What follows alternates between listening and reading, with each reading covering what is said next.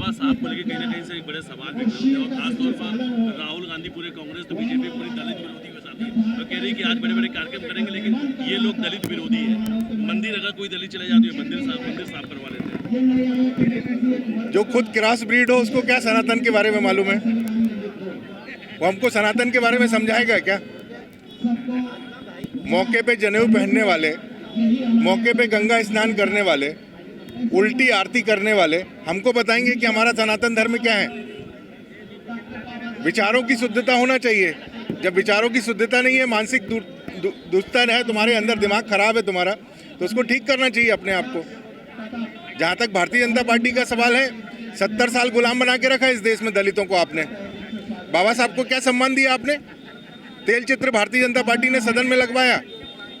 और सबसे बड़ा दुर्भाग्य है इस देश का कि उस महापुरुष को, जो उस समय कांग्रेस के मंत्रिमंडल में सबसे ज़्यादा शिक्षित था, उसके अंतिम संस्कार के लिए दिल्ली में जमीन नहीं दी आपने।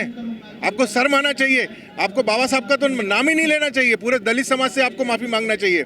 उनको बॉम्बे में कचरे में जगह जहाँ पे थी वहाँ पे दफनाया गया। ये सब सवाल है, आपको पूछना चाहिए कांग्रेस से कि आपने क्या किया बाबा साहब के लिए। नेहरू जी ने खुद लिख के दिया था कि बाबा साहब को हटा दिया जाए यहाँ से। ये तरीका ठीक नहीं है कांग्रेस का। आज हमारे पास में गरीबों को मकान है, गरीबों को अनाज मिल रहा है, गरीब खुशहाल है। ये जो दलित वोट की बात करते हैं, 70 साल जिसके वोट से राजनीति करी, आज वो हमको बताएंगे कि सनातन धर्म और दलित क्या है। विपक्ष तो कह रहा है कि दलित डरे हुए हैं। किस बात के लिए डरेंगे? अनाज खाने के लिए, नौकरी पाने के लिए, धंधा पाने के लिए, व्यवसाय के लिए, लोन मिलने के लिए। इतनी सारी सुविधाएं मोदी सरकार ने दी है कौशल विकास के माध्यम से, जो कि इन्होंने इनको वोट बैंक बना के रखा था।